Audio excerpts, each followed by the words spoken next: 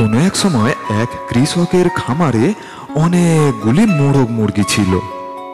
ওই খামারের সমস্ত মোরগ মুরগিরা একসাথে ঘোরাফেরা, খেলাধুলা, খাওয়া দাওয়া করত।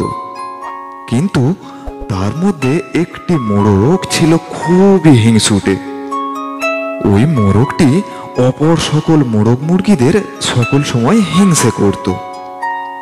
একদিন দুষ্টু মোরগটি নিজেই সব থেকে বেশি শক্তিশালী প্রমাণ করবার জন্য অপর একটি মোরগের সাথে ঝগড়া আরম্ভ করল। অবশেষে তারা খুব মারামারিতে জড়িয়ে পড়ল। দুজনে দুজনকে আক্রমণ করতে লাগলো নিজেদের ধারালো নখ দিয়ে। অবশেষে দুষ্টু মোরগটি জয়ী হলো এবং যে মোরগটি হেরে গেল সে ঘরের কোণে গিয়ে লুকিয়ে পড়ল।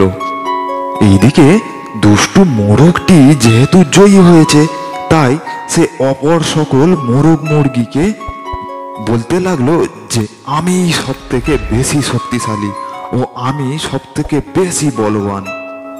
শুধু তাই নয়, দুষ্টু মোরগটি গৃহস্থের চালের ওপরে উঠে জোরে জোরে চেঁচিয়ে ও ডেনা ঝাপটে আর সকলের দৃষ্টি আকর্ষণ করতে লাগলো এবং চেঁচিয়ে বলতে লাগলো যে আমি সব থেকে বেশি বলবান এবং আমি সব থেকে বেশি শক্তিশালী। দুষ্টু মোরগটি যখন গৃহস্থের চালের উপরে বসে নিজের শক্তির এমন বড়াই করছে, সেই সময় আকাশের উপরে উড়ছিল একটি বাজ পাখি।